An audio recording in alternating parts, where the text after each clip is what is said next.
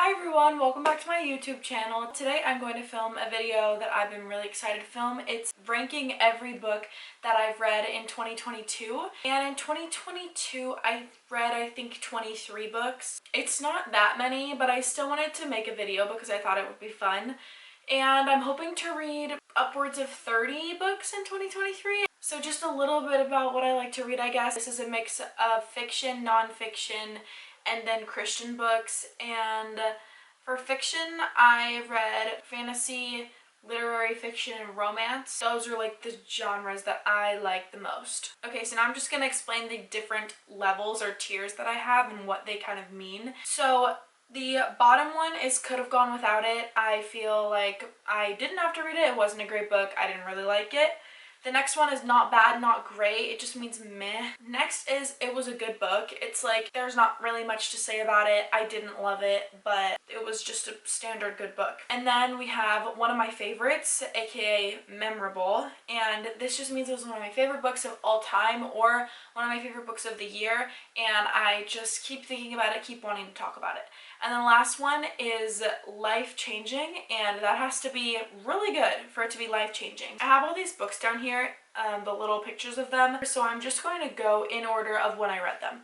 So I started off 2022 with The Hating Game. I really liked this book. I'm gonna say that it was one of my favorites. Next, I read my first Emily Henry book, which was People We Meet on Vacation, and I thought it was a good book. It was not the best book I've ever read, but it definitely made me want to keep reading more of her books because I liked the writing style. So one of my friends gifted me Normal People by Sally Rooney, and I had been wanting to read it, and I did, and it was not what I was expecting. I don't even know if I would say that it's a romance. It's more so just like a fiction. I guess it is a romance. It's kind of like a sad book. It was really good though, and I do think I would want to reread it. So I'm gonna say, okay, I'm putting it in, it was a good book, but I want to reread it, and I think that when I reread it this year, I think it's gonna go higher. Okay, next I read The Love Hypothesis, and I don't know, I got this one for free from like the Book of the Month subscription, and I really loved it actually. I'm putting it in one of my favorites, yeah. I'm gonna put it in memorable because I do think it is memorable, and it was super popular, but I agreed with what everyone was saying about it. After that, I read another Book of the Month book. I read The Golden Couple, which I had no idea what it was about, and this is actually a mystery, and I thought it was a romance. The Golden Couple is definitely one of my favorite books of the year. Honestly, it's so good to just not read the back, but to just get the book and start reading it. I would recommend it to anybody. Like, I just think it's really good. Next, I read Love and Other Words by Christina Lauren. This book was life-changing, and it was so good. I got two of my other friends to read it, and they really liked it too. It's going to be a book that I feel like I would reread in the future. After that, my church was doing, for our like college small group, we were all challenged to read this book called Not a Fan by Kyle Idleman, but I thought the book was really good. I thought maybe like towards the middle-ish to end it got like maybe a little bit repetitive, but I thought there was like so much to get out of it. I'm gonna put this just in like it was a good book. And then I read this book called The Highly Sensitive Person. So this is a non-fiction book about like mental health, I guess you could say, and it's about understanding sensitivity, not relating to emotions as much. Also, you know, sensitivity to sound, to light, to emotions, like being sensitive in that way. I'm not explaining it the best, but I really liked this book. I just found that I personally got a ton out of it.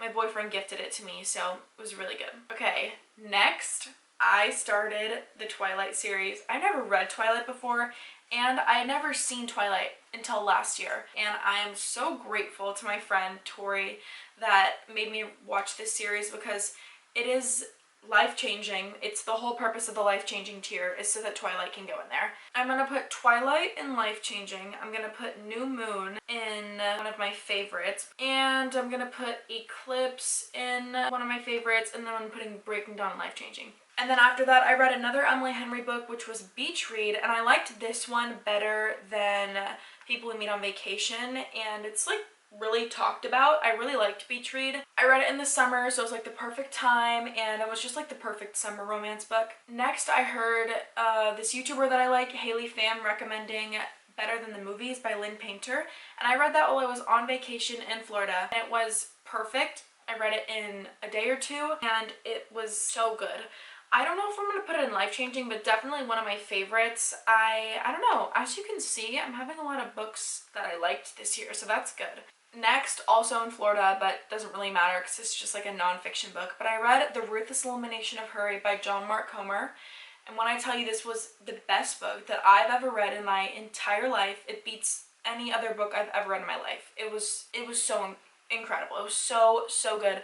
I think every single person ever needs to read this. And just kind of the hurry that we have in our everyday lives, in society, in our spirit, in the way that we do things, being in a hurry, but also in subconscious ways that we don't even notice, and not always in the direct way that you think of being in a hurry. It just is so amazing, and it's a book that I feel like I'm going to read like 10 times over and over again, and I'm going to get so many new things out of it every time. After that, I wanted to read a Colleen Hoover book because I've never read one before, and I heard that they were super popular.